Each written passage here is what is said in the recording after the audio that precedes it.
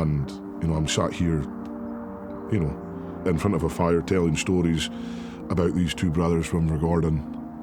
One of them, you know, was autistic, and the other, you know, had his issues, worked offshore. And that's me. You know, that's my family, that's me. I'm telling stories about us. And for me, you know, we'll be remembered forever for being the strongest brothers to ever live. But I think we'll be remembered for a lot more than just that. And that's my hope. Welcome back to the Mulligan Brothers. I am your host, Jordan Mulligan, and today's video is with Luke Stoltman, one half of the world's strongest brothers. Two brothers that we have followed in the world of strongman for the last 3 years, filming a documentary.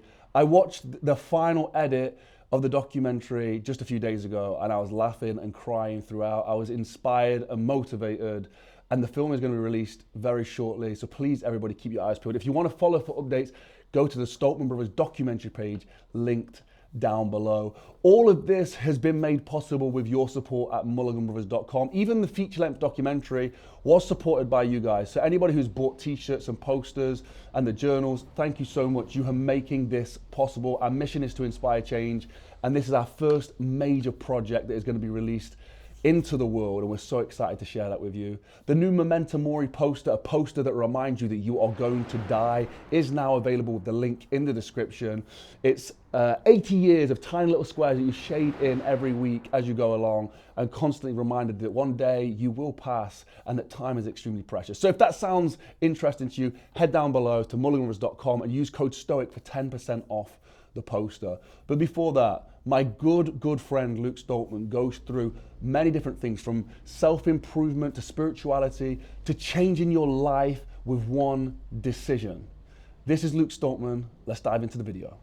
Luke, I mentioned this at the start that I'm not crying the whole way. It's just the fire is kind of like making my eyes a little bit watery. But it has actually been quite an emotional 3 years. So you know, I was just speaking to Tom earlier, and it has been pretty interesting 3 years, emotional 3 years. And you know, we've finished the first documentary. We've wrapped the first documentary.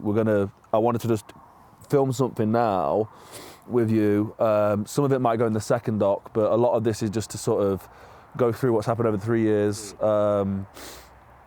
Let people know about the documentary as well. But just for those who don't know, just introduce yourself and what you do. I'm Luke Stoltman.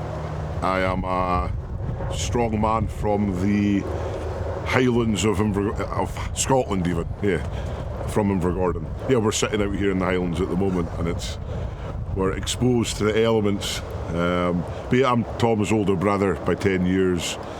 Tom and I, we've been competing in strongman for, I'm probably well over a decade now. And yeah, I won Europe's Strongest Man, made the World's Strongest Man finals, came 7th 3 years in a row basically, and brother to the 2 times World's Strongest Man. The 3 years, or two and a half since we wrapped this, about 2 years of wrapping this first doc. You know, we sat down, we'd done a YouTube video, we sat down over breakfast and decided that we was going to shoot a documentary. But the thing that stuck with me at the time, and the reason I was like, need to do this, is the way both of you were so sure and so certain that this is what's going to happen. And I think, you know, at the time, you were both like very established strongmen, but not accomplished in a way that you said you was going to be. And I think the claim was that you're going to be 1 and 2 in the world. Like that was what we're going to do. We're going to achieve 1 and 2 in the world. I say Tom had a very specific plan of how he was going to win World's Strongest Man as well. Kind of likened Tom to Conor McGregor, like the way Tom called his World's Strongest Man titles as well. And then over the 2 years, you know, by the end of the documentary, Tom was World's Strongest Man, you were Europe's Strongest Man, 2 of the biggest titles in the sport, claimable as 1 and 2 for sure, and you're both brothers. How? Like how did you have that much self-belief back then?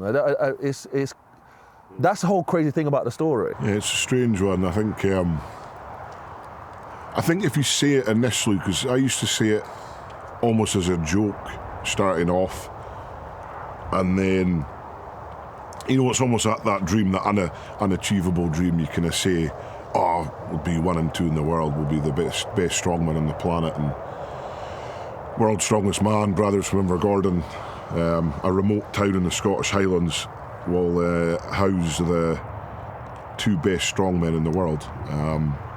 So I think, initially it was like, you got to manifest it, right? You've got to put it out there, you've got to say it. Even if you don't believe it 100%, the first time you say something, you're putting it out there. And I think that's what I was doing. It was almost to see how I would change, I think, because I knew the way I was going, and the way probably both Tom and I were going, it wouldn't really amount to much. So it's almost, you're putting it out there, you're saying it, and then it's like, right, well, if I was the world's strongest man, what would I be doing?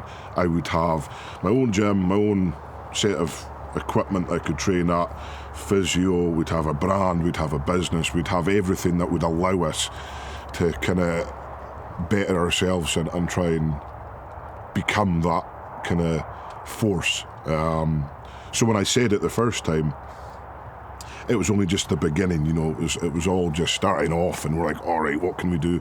Let's sell a spicy t-shirt, let's, do this and do that. And, over the last kind of 2.5 years, I think we've really established ourselves as a brand, as a reputable strength athletes, both of us. Obviously, with the titles we've won, but before that, I think people started to take us seriously. I think first and foremost, we started to take ourselves a little bit more seriously. I think that was one of the biggest changes for me personally. Being able to take myself seriously in a way that I could, go into competition and want to win, or see myself as winning. I think that was probably the biggest change. And here we are sat down as, I think Tom and myself are 2 of the most talked about strength athletes in the world. Definitely. And I mean, I didn't see it like that as well when you first started it, because from the outside looking in, I saw that you had a successful brand. You was very fledgling at the start, but you was running a successful business. And now when I look back, compared to what it is now, I wouldn't say it's laughable, but in comparison it is. Like, it is the scale that it's at right now in comparison to where it was. But even back then, because you had so much professionalism around it, you believed in it so much. Like, I was like, oh, Luke runs a clothing brand. Like, that's a certainty that Luke runs a clothing brand. Luke is a professional strongman athlete. Luke is going to be one of the world's strongest men. Like, I knew those things for certain, because I was an outside looking in to these things that you were saying. So that positive self-talk develops itself and becomes a reality. Definitely. I mean, no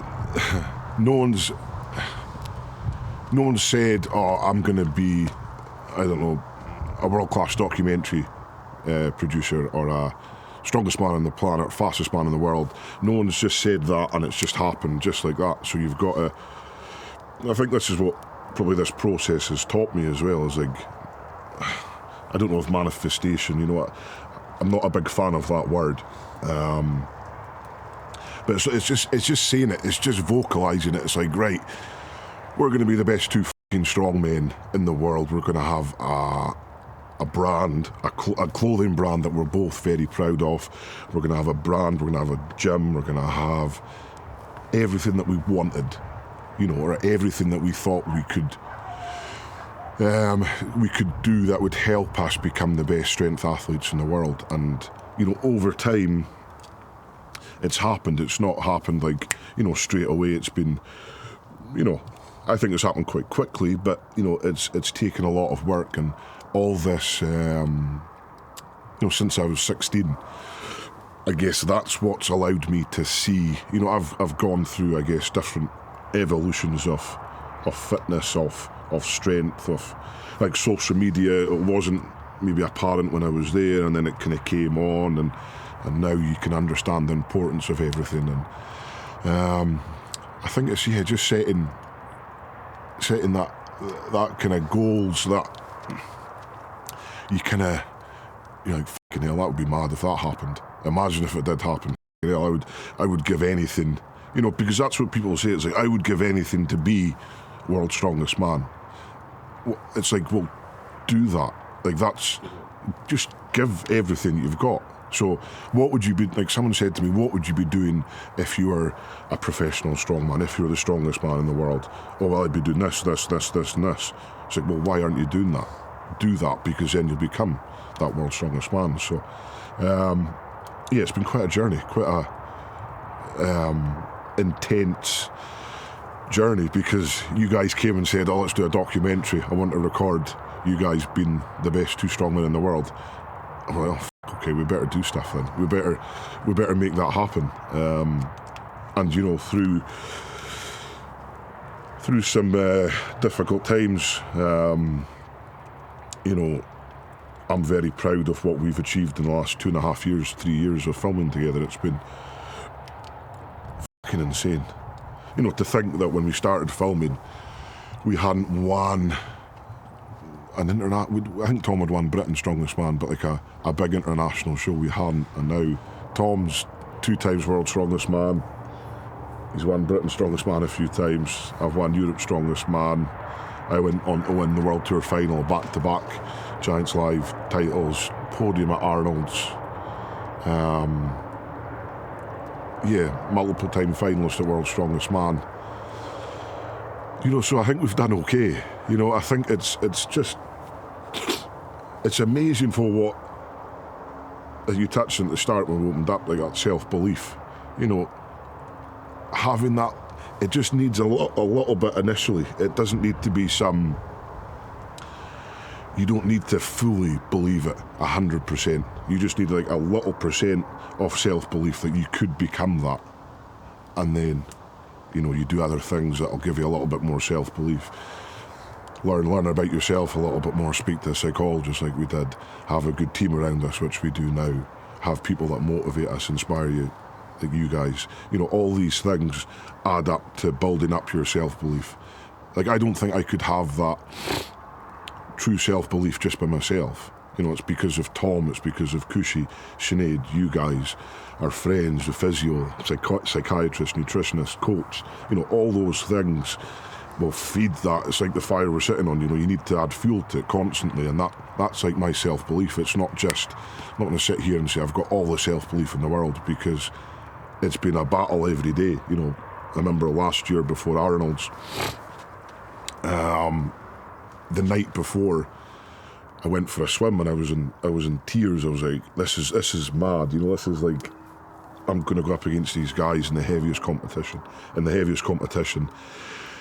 And, I was just full of self-doubt and almost self-loathing. I was like, you don't fucking deserve this shit, man. You don't deserve this. You can't do this, you can't do that. Training wasn't maybe the best. And, I went on to, claim a podium at Arnold's.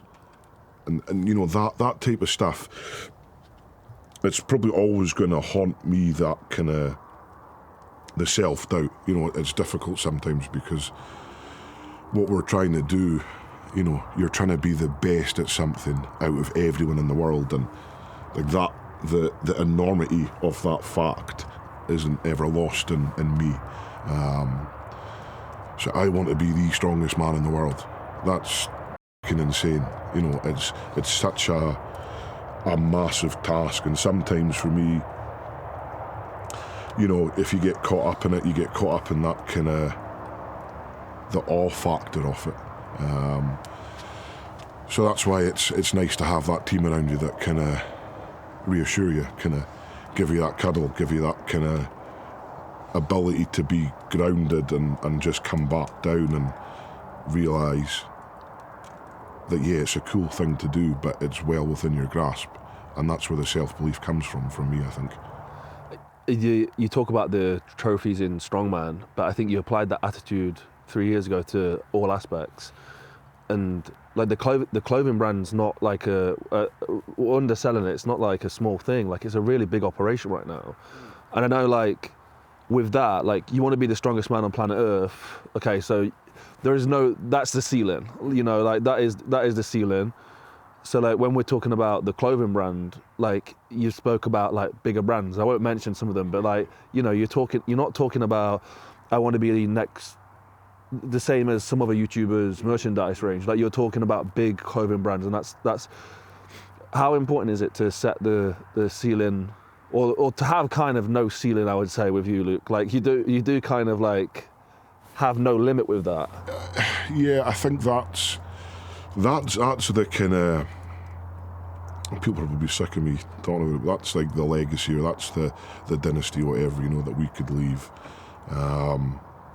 That's everlasting, you know, like what we do in Strongman is like, it's everlasting in strength, you know, being able to don the world record stone, my log press, the world's strongest man titles, that's like never gonna get taken away from us. But if we can set something up in a small town in the Highlands that is like a world-renowned brand, clothing brand, whatever it is we want to do, that's something that's like, that gets me excited. You know, that's the next stage of I wouldn't say success, but it's just the next step of that journey of breaking down those barriers that you ever, like, I would never know how to do that. Like we'll set up a clothing brand. It's nuts, you know. It was really like insane for me to think about, like 3.5 years ago, when we were starting out with it, like where's it going to go? Is it just going to be, you know, a little spicy t-shirt, and that's what it was initially, and now for me, you know, we had a branding company, and we're evolving it and pushing it further and forward, and I hope people can see, you know, what we're trying to do. You know, it's not like a money thing, you know. I don't wake up thinking, oh, it'd be nice to be multi-millionaire. Like, I think it'd be nice to have a cool brand where you go into the office, or you go into like the facility where there's like people working, and it's like people are like buzzing from it and just growing and are buying into that business model, you know. That's what's really exciting for me, rather than like, because again, it shouldn't really happen. Like, we shouldn't be able to set up a worldwide brand from Invergordon. Invergordon's like notorious for oil and gas, whiskey and farming. Not two brothers that are the strongest men on the planet wanting to set up a clothing company. So yeah, I feel like I've got the team, and we're growing the team, you know, trying to get the guys and girls to push forward with that. And yeah, it'd just be really, I don't know, I just get buzzing when I see people like wearing our stuff, and I think that's like, you're investing, you've got to work to buy that bit of, like this jumper, the t-shirt, or whatever it is. You know, you've got to work hard to afford to do that, and that's not lost on me either. You know, that's I don't know, it was really humbling that so I don't know, that humbling reaction I have, you know, how am I going to feel when we're selling, you know, to hundreds of thousands of people, you know, which I don't know. I'll be forever grateful for people wanting to support us in any way they can. You know, if they like the clothing, if they like the meaning behind it all, you know, our kind of, what we stand by. You know, if people get behind that, I'd be pretty buzzing, pretty chuffed with that. I think when I've always come down here, for me, one of the biggest takeaways, like, I'm inspired obviously by you guys athletically, like I probably wouldn't be doing specifically strongman training. I'd be doing some kind of strength training, but specifically strongman training if it wasn't for you guys. But I also would never want to be the strongest man on planet Earth. Like, it's not my goal. But when I see your guys' clothing brand, like, that is something I really aspire to have as well. Like, especially for Mulliganbrothers, And when I come down, I'm excited to go into the merch room. I'm excited to go into the where you're doing all the designs for the t-shirts and you're shipping orders, and it inspires me massively to go down there and see all those things and see how your operation works, because it's better than ours. That's a simple fact. It's better than ours. You do it better than us, and it's hugely inspiring to me, and that's made me and our brand so much better. Like, it's made us like so much better. I don't think we'd be a tenth of the size we are if I wasn't going into your business and like scooping around and having a look around. But that exposure, I would say, and I've always said it, is one of the biggest tools for success. Having that exposure, to be able to realise that somebody, me and you talk so often about business and our plans for the future and stuff. I know, like, and it's nothing against you, is that if Luke can do it, I know I can do it. Like, I know it's possible. Luke's a human, I'm a human, we can get that done. How important is it to find people like that, or expose yourself to these things and understand that these things aren't untouchable? The Gymsharks, the Nikes of the world. And it sounds almost silly saying it out loud. Like, I think some people kind of shrink behind saying that. I won't say it out loud, but Nike was started by somebody like you. Gymshark was started by somebody like you. It's all very possible. Yes, so being exposed to other people's success, their like feats of the impossible. Like when I go down to like Gymshark and see their multi-billion pound setup, I'm like, that's amazing. But I'm the same. Like, it's like, well, okay, some guy did that, started off in his living room, bedroom, whatever, sewing. Wasn't that well known. I don't go down. I used to go down and get like intimidated by people's success, but now it's just mad that we can go in and I'm like, okay, that's cool. Like, how can you add things in from those businesses to help your own business, and I think that is really exciting. And like the best people, like I think like Ben Francis, and he's very accessible almost. That's what it feels like. He's willing to give advice. He's willing to showcase what he's done, kind of thing. And I think that's what we try and do. So if people wanted to ask, how we started, where we got our designs from, where we get our t-shirts from, whatever, we're very open and transparent with people, and we want other people to, strength athletes, whatever it is out there, we want other people to be able to become their own brand and become their own success story as well, because I see it as like we're only like 1% off, a small percentage of where we want to be. Where it's going to take us, I really don't know, but I know that I'm not scared by like setting my sights and saying, right, well, we want to be like Gymshark or Nike, or we want to be, again, you've got to put it out there. Even if I don't believe 100% that our brand could be as big as Nike, I'm saying it now, and that's the start of something. That's the start of that little ember burning, and the more resources you have, the more access you have to other people's success. That's the fuel to that fire, and then we're like, okay, that's fine. It's getting a little bit bigger. Every couple of months that go by, we add in a couple of more things, implement a few more changes, take on more people. Don't be scared of reinvesting into things. There's no point having millions in the bank when you die. If you could have taken that and reinvested it into something really special that could hopefully help a lot of other people as well. I see this area, the jobs in Invergordon and in the Highlands, there's some really talented people out there, but maybe a lot of people don't fully appreciate the possibilities that are out there, and I hope that people can see us and realise that there's a lot more potential for the average person, because I wasn't exceptional in anything I did. I don't think I was an exceptional person growing up in my 20s. I had a good work ethic. I wasn't scared of work, but I wasn't an exceptional engineer or an exceptional like fitness person, whatever, you know. So you don't have to be this super fucking high-end, etc. Oh, I'm just smashing everything. I'm the best at everything. You don't have to be the best at everything you do.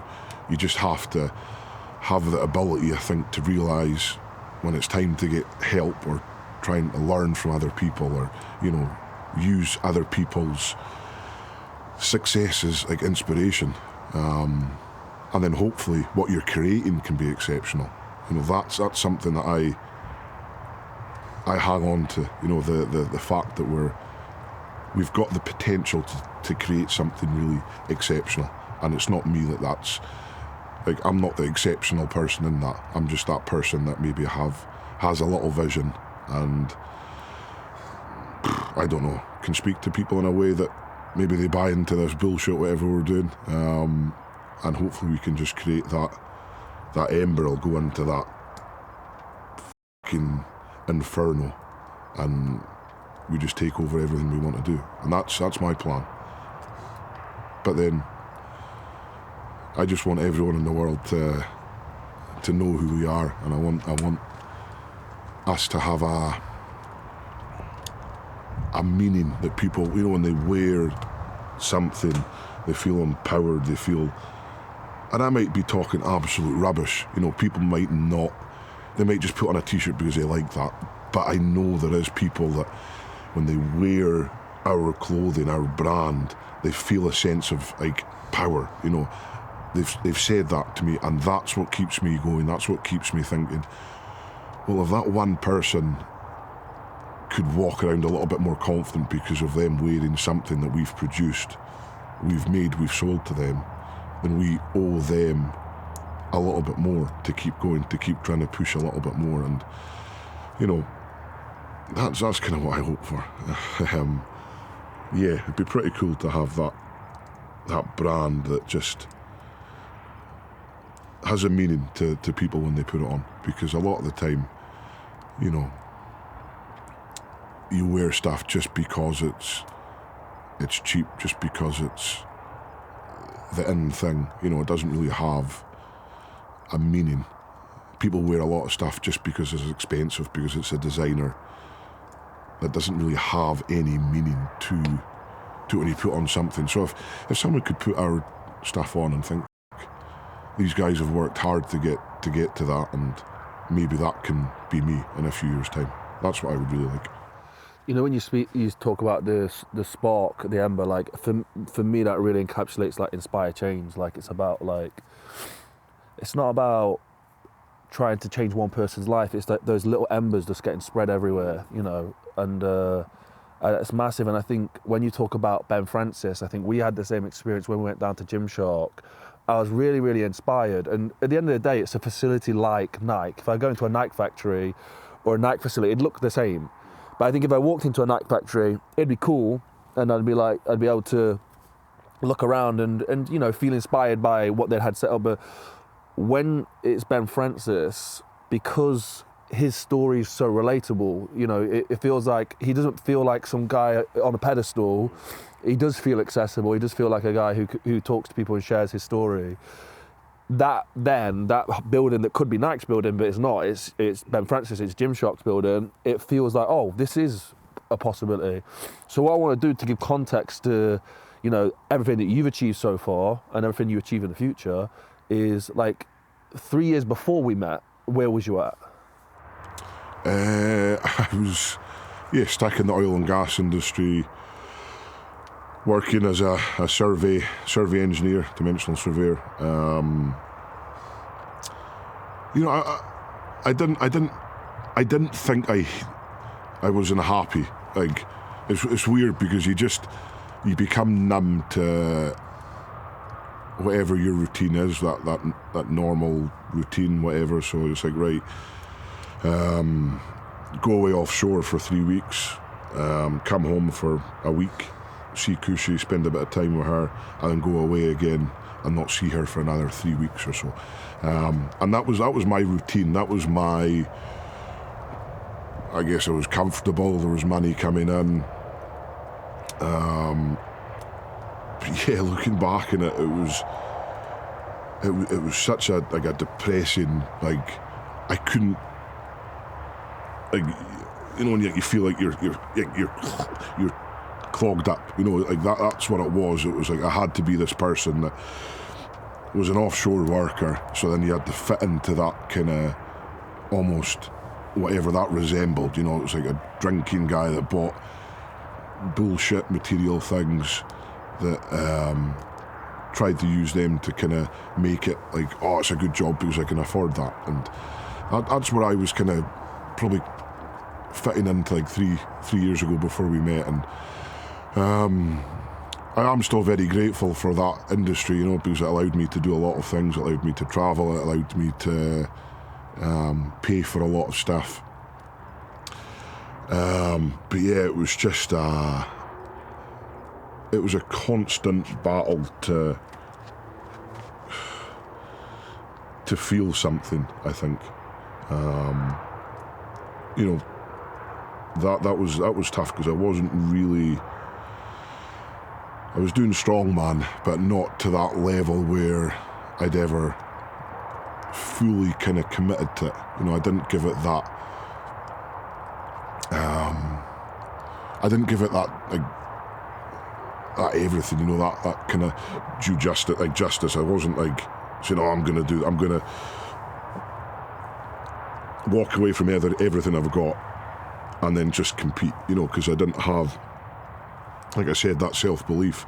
It was still very low at that point, even though I was saying, you know, I'm going to do this, going to do that, and it was still there.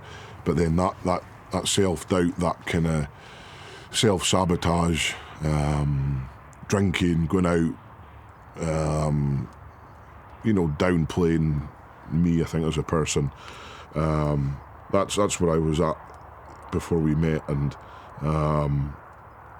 you know, I'd always talk about doing stuff.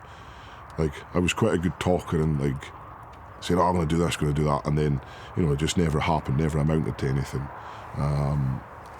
So I just was happy, you know, chasing offshore, working all the time, trying to get as big a day rate as I could, you know, for working offshore. It was, yeah, it just wasn't it wasn't a very nice place, I don't think, where I was in, because it was, yeah, Mum had passed away a year before as well, so that was still, you know, really affecting me.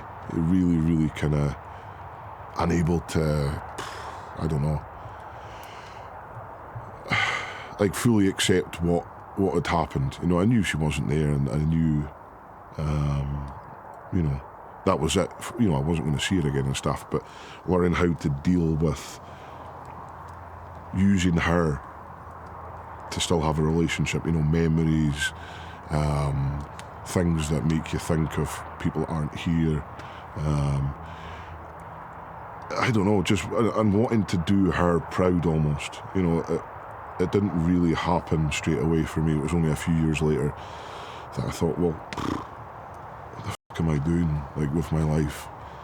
Like, would Mum be proud of what I'm doing? She wouldn't be overly, like, fast, you know, still doing pretty cool, you know, winning Scotland's Strongest Man, competing with Tom. But she knew that I wasn't happy in doing what I did, you know, and that's something that's difficult, because Tom, he committed to strongman early on, you know, and Mum knew that he was, you know, probably destined for great things, you know, and whereas me, she probably didn't see that in me, you know, that kind of the potential was probably not, it was clouded by a lot of other things, I think, when Mum was here, and that's pretty shitty. So it'd be nice, like I've dealt with it now, you know, I know I still have the ability to talk to her now and have that relationship with her, and I know she's very proud of what we're doing now. I know that, like, that's something that I feel really, really happy about now, that what we're doing, I know she's very proud of. But, like, the Luke 3 years before that, probably not so much.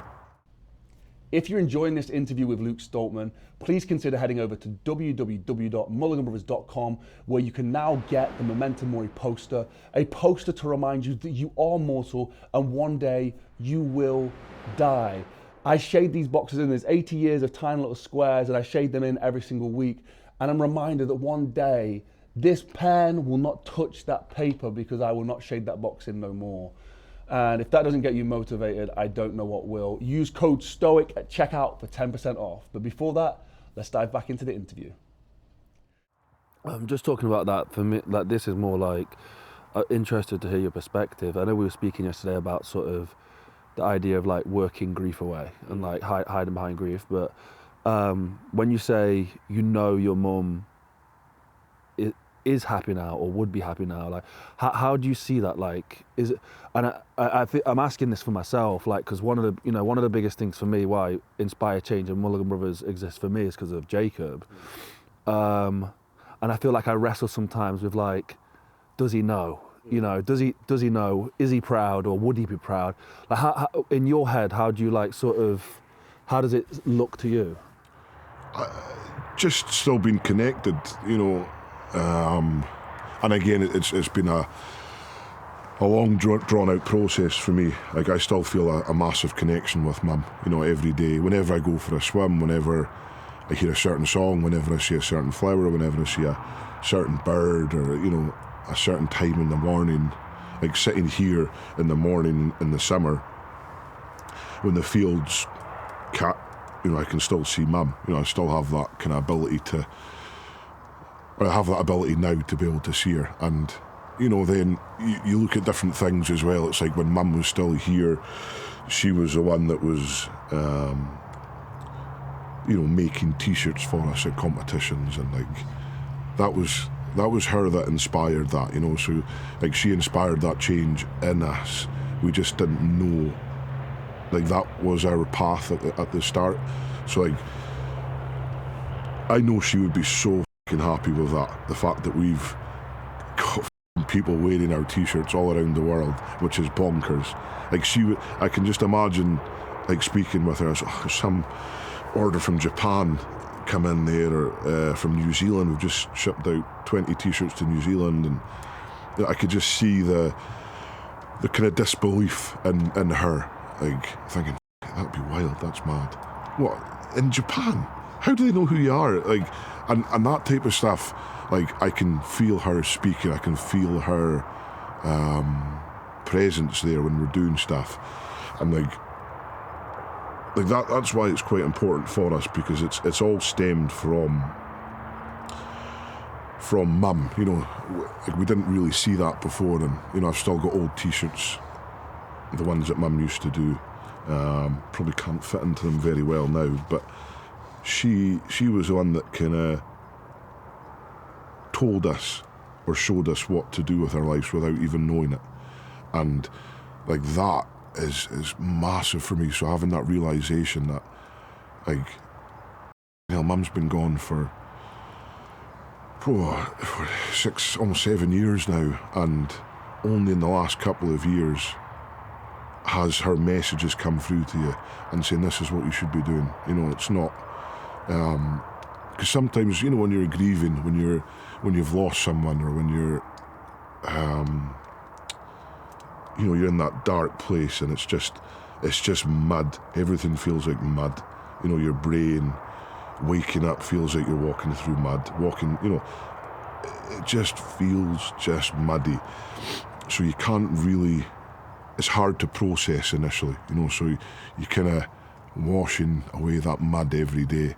Like, that's what I probably do with the cold water swims. It's like last night when we went for a swim, I felt pretty muddy before going for a swim, and I come out and I'm just like, wow, like, okay, that makes sense.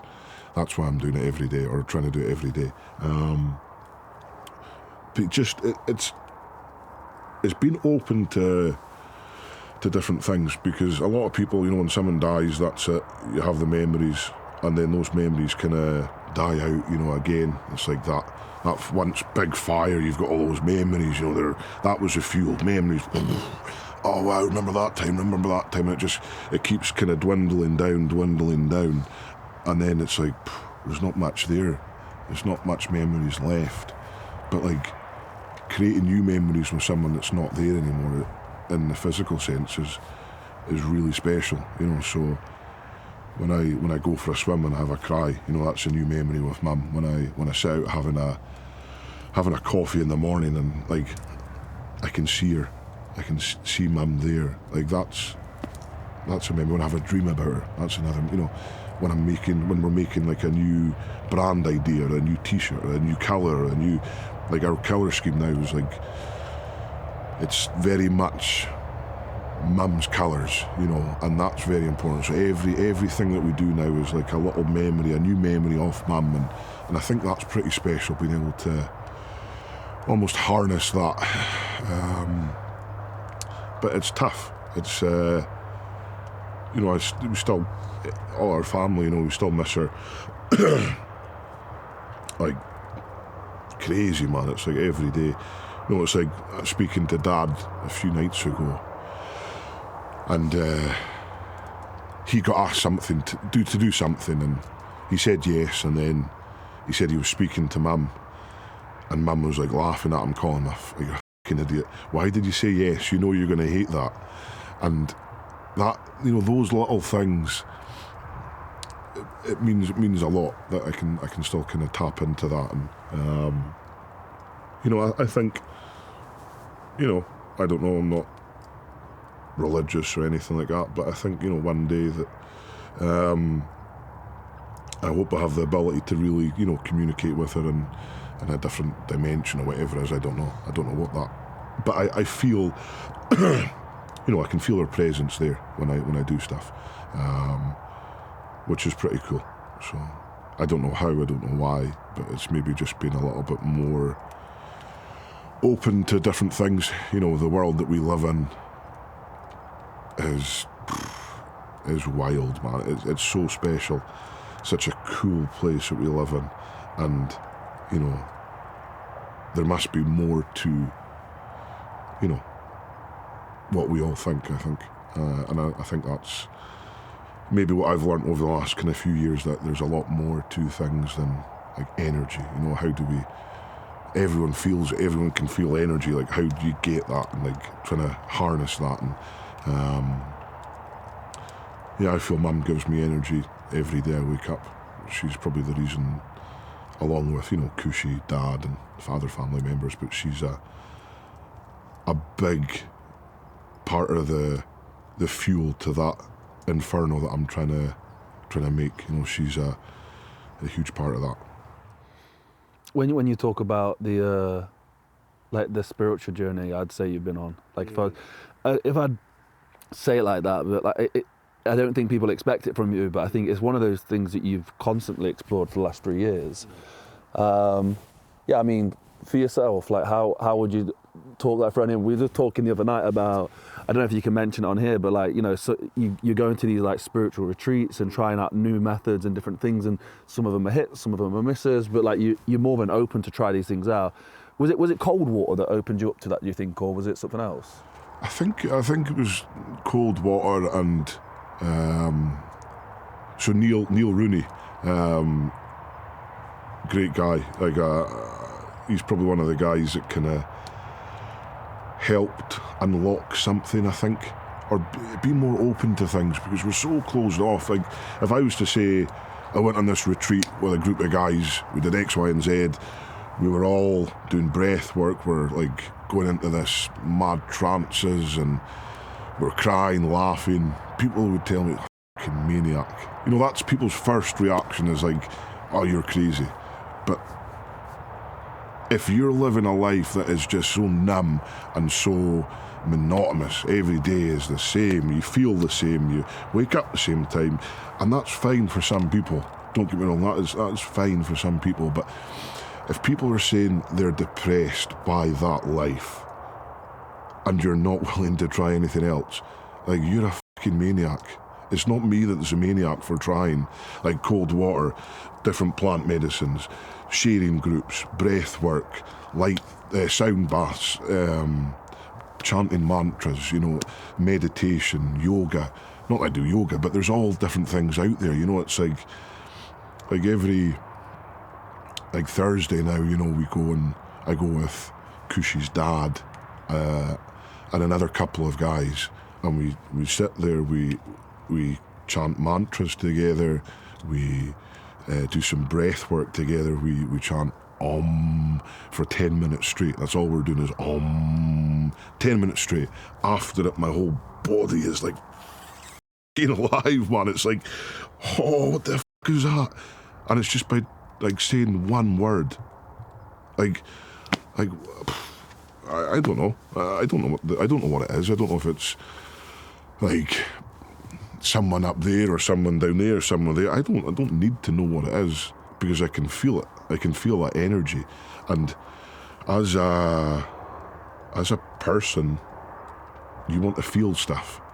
Like, no one wants to wake up and just be numb to everything. You know, our bodies are made to feel things. So for me, doing these things, I feel so privileged that I can get to experience different things like that, because if I was still in my old job, that offshore worker, you know, you're trying to be that person.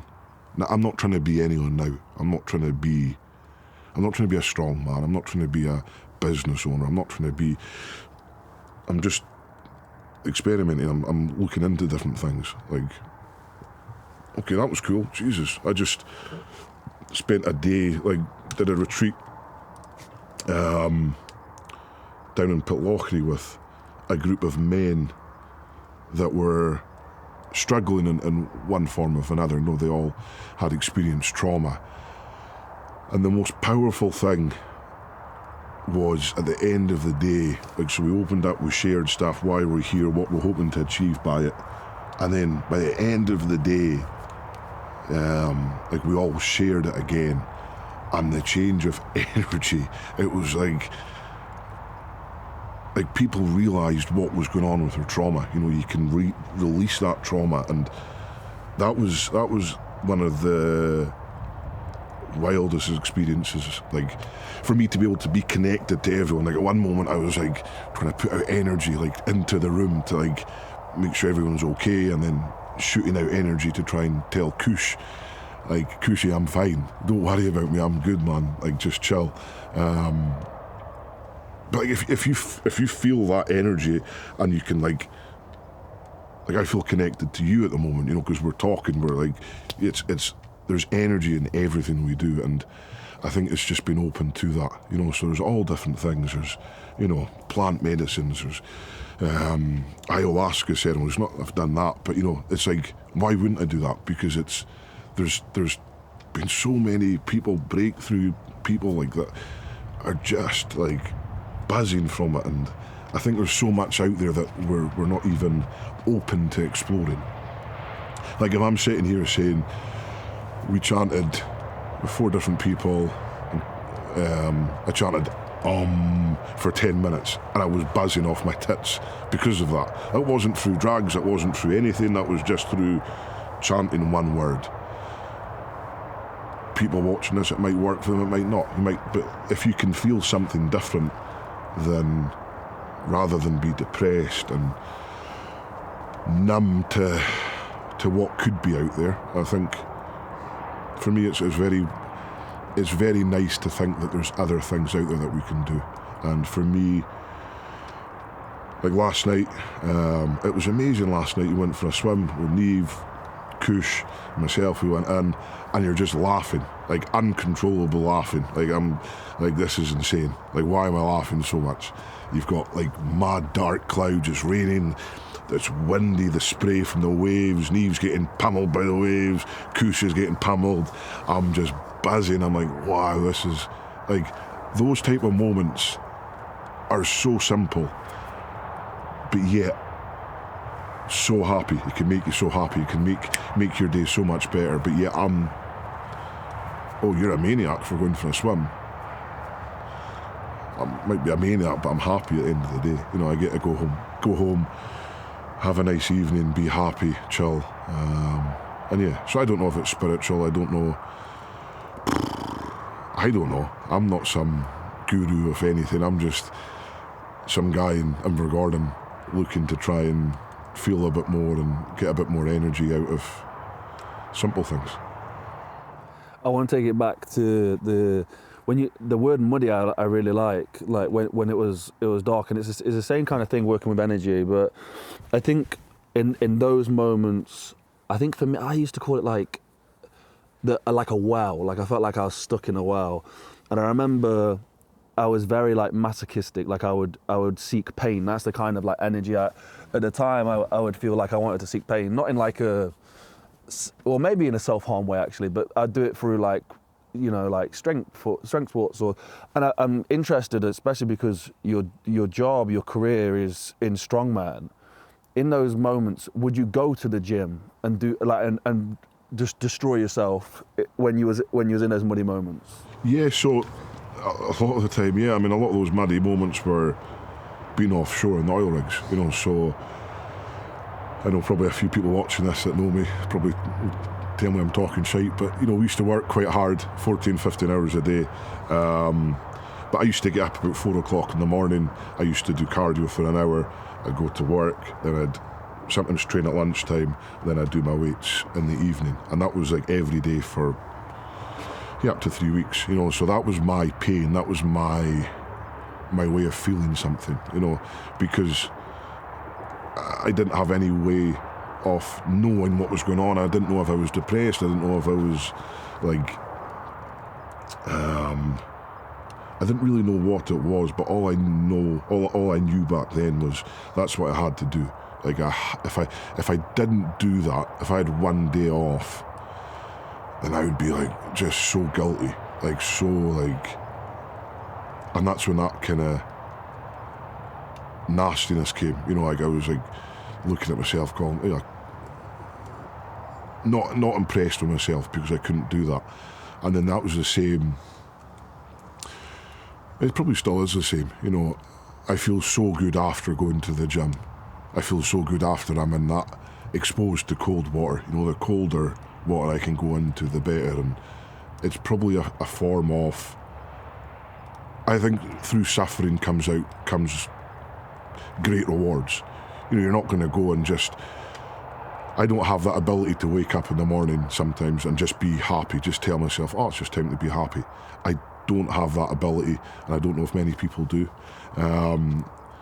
So it's like proving to myself what I can put my body through. And I still think I am like that. You know, I still think there's certain aspects to me that's what I need. And I think, you know, if you realise it, or if you kind of say to myself, well, okay, what makes me happy? Cold water. I like going in the cold. That makes me happy. Having a really hard gym session, feeling really sore at the end of the week, you know, come Friday evening when your body's like screaming, you're like, oh my God, and then you lie in bed and you think, oh, I'm okay now, I can chill this weekend because I deserve a little lie down. But yeah, I think it's probably, sometimes that's just ingrained in you, I think, from an early stage. And I don't know if I'll be able to, like, that's a worry for me sometimes, is when I stop strongman, stop competing, you know, it's like, what then? It's like already you're thinking about doing, you know, mad, like, when we're talking about pulling a truck for 100 miles, like I was like, oh, that sounds cool. Because you know it's painful, you can't bullshit that, you can't, like, there's a lot of stuff out there that you can just bullshit and just do, you know, it's like, I don't know, but like doing really hard stuff is something that kind of excites me. But maybe over time I'll learn just to be okay with going for a walk on the beach and going for a swim. I don't know, but yeah, at the moment it's certainly, I'm very aware of that. You know, if I don't go to the gym for a few days, don't do any cold water, and I'm just lying around doing nothing. That's why I'm like on the weekend I struggle sometimes. So if I'm not doing anything Saturday, Sunday, that'll push me. Then I feel a little bit shitty on a Monday morning. That's what I felt a little bit today. But I guess it's just being aware of that. It's being aware of the things that, you know, it's like trigger signs or warnings. You know, it's like, well, you haven't done anything for 2 days, so you know you're going to feel shit tomorrow. So what do? Time to go for a swim, Luke. Don't be a lazy little. Let's go for a swim today. That'll make you feel better. And you don't do it. And you're like, haha, told you you're going to feel shit. Let's have a good session. Okay, had a good session. Feel better tonight now. Thank you for making me feel mental. But I think it's just being aware, and I think that's something I've learned, or tried to anyway, be a bit more aware of things. So I don't have that muddy, overwhelming feeling too much. It still comes, but I've got the tools, I think, now to process it a little bit more and analyse it and say, right, okay, I'm going to stop that from happening. Don't be that waster that just sits in bed all day, and let's do something. I know with that statement there's a lot of balance, like, you know, to have that on your shoulder at a certain time, like, you need to be able to find balance. You can't just dive into it. We spoke last night about the Shiheng Yu philosophy, that the Buddha hand, the demon hand, Buddha heart, which I see massively in you. I know everything that you decide to do, in my opinion, I think you do it for the good. Like, I do genuinely think that. But pre-competition, you know, I'd say backstage, pre-competition, like, I don't think demon hand is the word for it. Like, you are, like, possessed. Like, you're a different person. Well, you're not a different person. That's who you are. It's obviously it's always there. It's always present. And I'm just, what is going through your head at that point? Like, what is that? Who is that person? Yeah, it's weird. Because I watch back, like say when I'm going up for like a heavy log or a heavy deadlift, whatever, and I'm like, hell, that guy's intense. And I think a lot of people probably think it's like put on and, oh, you can't be that.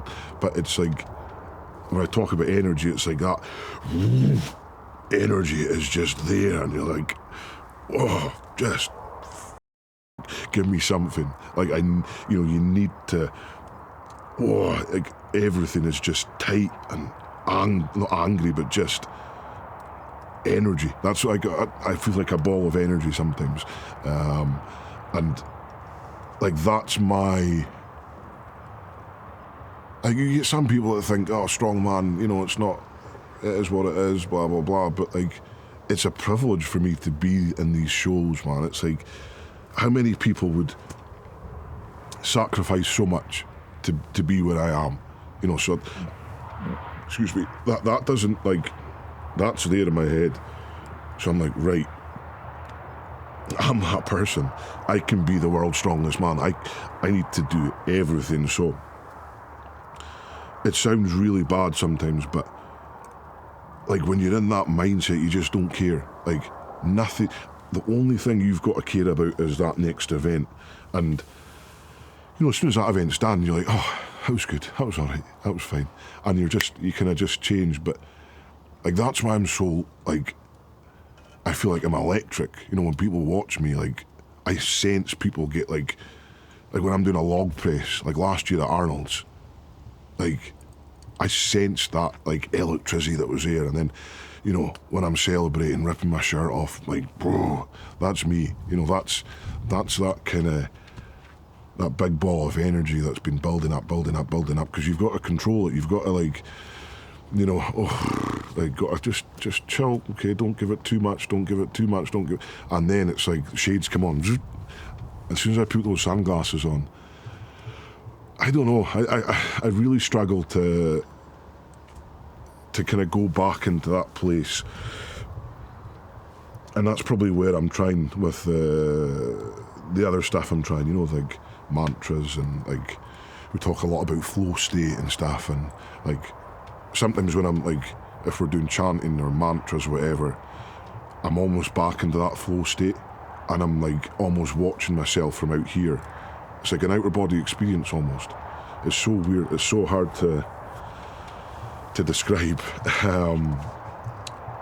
But like, I don't know. You just can't really remember. Like, I can't really remember any lifts I've done. Do you know? Like, I can remember vaguely after celebrating, but I don't know. I don't know what's happened to me. Because normally I'm quite chilled out. I'm happy. Cold water makes me happy. But yeah, when I switch to that person, I feel like the strongest man in the world when I switch to that person, and that's what I think I need, is to have that. Everyone's got different personas sometimes, not everyone's just that way the whole time, and I'm not this way the whole time. I'm not like, I've got to do cold water. I do slip away and I do different things and all the rest of it. I'm only human, but like, I've got to have that persona that when it comes to competing, I'm like, and it's like, there's just this like sense of like quiet almost, just the moment before you're about to pick the log up, lift the deadlift, do the squat, pull the car. It's like, and there's nothing, and it's just me. I'm just that energy force, and that's all I feel. It's just like this, and it's, and then you just go, and it's like, you're pulling that bus, pulling that, doing that log, and then I'm like, wow, and that's it. It's done, and then I go back to me. Like, so it's. I don't have the fancy words to describe what it is, man. I just feel like, almost like you could like start a fire, it's like, you, like, that's what I feel like sometimes. It's like, you can just feel that energy. That's for me is that's why it's so addictive, because being able to be in that super energized state is like, whoa. I couldn't be like that just now. I couldn't just like, I can't be like that. It has to be for something, and for me that's competing, that's lifting weights, that's what I know I can get into that position. I know I can get into that I don't know, energized state. I don't know, whatever it is, man. It's really cool, because I think I'm pretty, I'm serious, but I'm quite easygoing. I'm quite, just like to be chilled and happy and, whatever. And I think that's why it's quite a shock when people see me sometimes in that state. It's like I don't know, I just feel everything just bounces off me. I don't, like, you don't hear anything, you don't see anything, you don't, like, no matter what anyone says, it doesn't matter. It's like, someone say, you're gonna f that up, man, you're shit. It doesn't, it's like, it's this force field there, it's like, boom, boom, boom, boom, boom, boom. That's what I've got to do, and that's it. Just, I don't know. Energy. You feel it though, like, Neil said the same, like, you feel it. I mean, there's thousands of people in a stadium, loads and loads of different athletes, and I think everyone feels that energy off you. Something that you do give off massively. That where you take your top off and walk out before the show, like, like sort of assert that dominance. Like, there's loads of energy from it. It's crazy. I don't know if you remember what you say, but you talk to yourself. So like, you'll have your headphones on or your glasses on, whatever it is. You'll do this in the gym sometimes if you're going for a real big max as well. And it's like you're in that state, but then you'll say words to yourself, almost abusive to yourself as well. Like, what is the inner dialogue? Like, what are the voices when you're in that state? What's the inner dialogue saying to you at the time? I don't know, man. Do you know what I'm saying? Do you remember the things that you say to yourself? I think I call myself like a little fucker. Yeah, a lot of stuff like that, yeah. Come on, you little fucker. I don't know. It's like, so say for the log, because like, my log's quite good and stuff. So before I press a log, like I put my hands on it now. Like, it sounds weird, but like, because a log, like, whatever, everything's got an energy, whatever. So it's like almost like, before I go up to it, I'm like, do my fucking things, whatever it is, shades on. I just give it a little touch, and it's almost like, I don't know if I'm asking for permission or if it's like, just being there in that moment with it, because it's like, it's mad. Again, I can't just go and pick up a log. Like, a 228 kilo, 221 kilo log, like even 150 kilo log, I can't just go and pick that up. You know, I've got to, like, that energy again, it's there. And like, me being,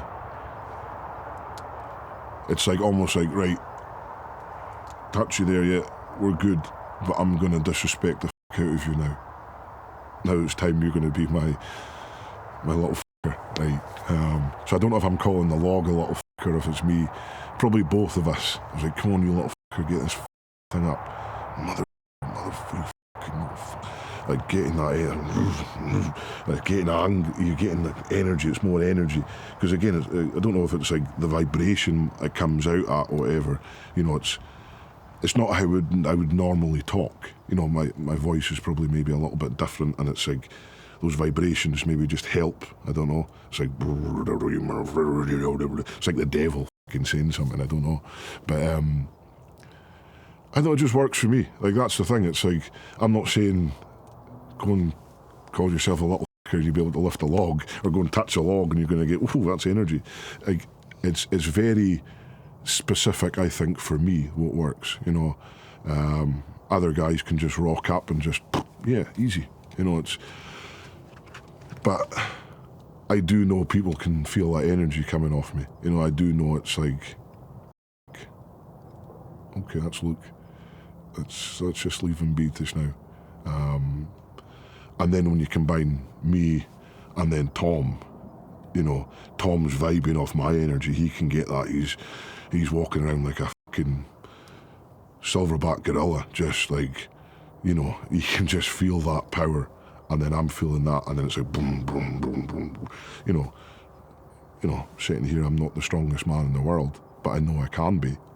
I know I can beat these fuckers. I know I can beat Tom. I know I can be the world's strongest man. But then when I'm not, I've got the world's strongest man right next to me. I've got his energy, and it's like, whoa, Tom's won that fucking thing 2 times. 2 times he's won that. People don't just do that, you know. People can talk and say this and say that, but when you're sitting next to someone that's won the title 2 times in a row, when you're training with him and he's got that energy and he's going, he's like, oh, I'm coming, I'm joining that train, I'm joining that energy train, let's fucking go, big boy. And we're like you go, me go, and it's just like, it's like this, like Dragon Ball Z energy, you know. That's what it's like. It's it's wild. I love it when we're like that, you know, when we're both. I don't know what it, you know. People talk about vibrations and all that. You know, I don't know if it's like we're on the same frequency and we're like, it's just going and it's just building. It's like you know, when it gets to the heightened point of an orchestra, it's like, and everyone's going, and then you just go. And then you see that fucker go out and do Atlas stones. You're like, whoa, best in the world. And it's like a privilege for me to be there and to be part of that process that he goes through. And hopefully I'm giving to him as well. I'm giving like that energy to him as well. He can feel it. Because that's, I'm going off on a tangent here, but like, that's one of my roles, is to feed his energy, I think. Feed Tom's it, because when I'm shouting at him, like I feel he can do anything then. Like I'm giving him that energy, you know. It's like sometimes it doesn't work, but you know, when it's in the heart of a competition, the heat of a competition, I feel that like he knows I'm there. He knows that he can almost use my energy. I'm like giving him that, I think. I hope he can. It is weird you say it though, when both of you are going for it. Like, but when both of you are, when you go out and are trying to assert that dominance, and then Tom comes out as well and he's doing the same thing, that's something. That is a sight. What time are we on, Neve? An hour and 7. Oh wow, flowing, Luke. Right, okay. Let me try and wrap it up. This is the one I'm like, I need to articulate it right, because I don't think I've ever articulated it right. But you and Tom are the strongest brothers to ever live. But I believe you might be the strongest brothers who will ever live. Do you know the distinction? Right, it makes sense. Yeah. You might be the strongest brothers who will ever live. Like, you are definitely the strongest brothers who have ever lived. That's through all the history. There's no generation thousands of years ago or hundreds of years ago, whatever, was training strength the way that we do today. And humans are at a very high end of that capability right now. So the chances of this happening again are very slim. Humans might be extinct, and you two will go down as the strongest brothers who ever lived. Like, it will transcend generation. Like, can you quantify it in your head? Like, does it mean anything? Yeah, it's like me saying it's pretty cool, does it, an injustice, but it's like, you know, when like we're sitting around the fireplace just now, it's like a couple hundred years ago, people were sitting around fireplaces telling stories, and there were two brothers lived 100 years ago, could lift that stone, and they were the strongest brothers that's ever lived. So effectively we're doing that just now, but we're talking about ourselves. I truly believe that we'll be the strongest brothers that's ever walked the planet of Earth, like, or whatever we walk in future. Tom and I will be the strongest brothers. Like, that's it. That's not me being cocky or arrogant or anything. That's like, show me that I'm wrong. If there's two sets of brothers out there, just go and do it. You know, it feels very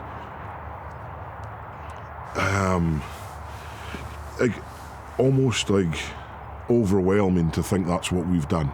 You know, because again, when I said it, that little small bit of self-belief, we could be the strongest brothers. But I said we will be the strongest brothers to ever live. And, you know, I'm sat here, you know, in front of a fire, telling stories about these two brothers from Invergordon.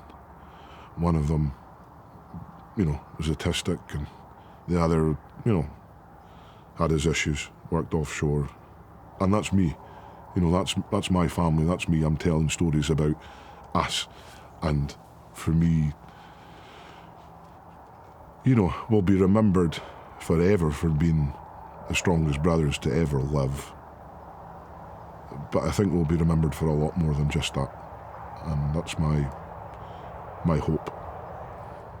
I'm gonna sign off on that. I was gonna ask you some follow-ups, but I love that. And I do think that, you know, the video that you watch the most of Mulliganbrothers is the Ali one. And it is that thing about greatness it's like misunderstood, and like real greatness is transcending a sport. It's about other people. It's about your impact. You know, what did you use that for? And I think when I see you creating a platform and everything that you do, I know that it's with that Buddha heart. It's about having impact on other people's lives. Thank you for joining us, Luke. And yeah, we'll have to do it again as well, always. Thank you so much to Luke Stoltman and all the Stoltmans up in the Highlands who always host us. Cushy Stoltman, thank you so much for hosting myself and Neve. We have such a fantastic time there. That is why the documentary is such an intimate look into Luke and Tom's lives, into Cushy's life and Sinead's life, is because we are integrated in their family. So we see every moment, and it appears that way on film. And when I watched the documentary, I was reminded of what these guys went through for the last 3 years. It's what they went through for their whole life. It's an emotional roller coaster. It's a story of the underdogs. It's an incredible moment in history that will never be recreated, that was captured on camera. I'm so excited. I cannot wait for you guys to see this. I think this is going to change people's lives. Like, the way this will empower people is going to change people's lives. So the link for the documentary, Stoltman's documentary, is down below. Please stay tuned. We're going to have a big release of this. It is going to be available in some cinemas for a limited release. And we want to share this with everybody. We cannot wait. It was made possible by you guys, literally. So if you want to support us on our next big documentaries, we're currently shooting the Stoltman Brothers documentary too. That's why we're heading out to Ohio. I'm also going to be trying to break the world record Atlas Stone lift out there as well. Hopefully, fingers crossed, I managed to get a few reps on the stone. But also, if you want to support us doing that, it's at www.mulliganbrothers.com. Anyone who bought a t-shirt, a journal, a poster, you guys made this possible. The new Memento Mori poster is available. If you use code STOIC at checkout, you get 10% off the posters. It's a poster to remind you that you're mortal. You shade in the dates as you go along, and there's 80 years. And I wake up every single day looking at that poster, and I'm reminded that time is precious, and one day I will not shade in a box. So I use this time preciously. If that doesn't get you motivated, I don't know what will. Go over to Instagram and give me a follow at Jordan Mulligan, brother. I'm just about to hit 500,000, so keep following, keep liking, keep messaging, and also Mulligan Brothers on Instagram as well. Anyone who's clicked the join button, thank you so much. I cannot wait to sort of share these behind the scenes. We've got a big project coming up for you guys as well. Have a blessed and productive day, and I'll see you in the next one. Peace. Let's go.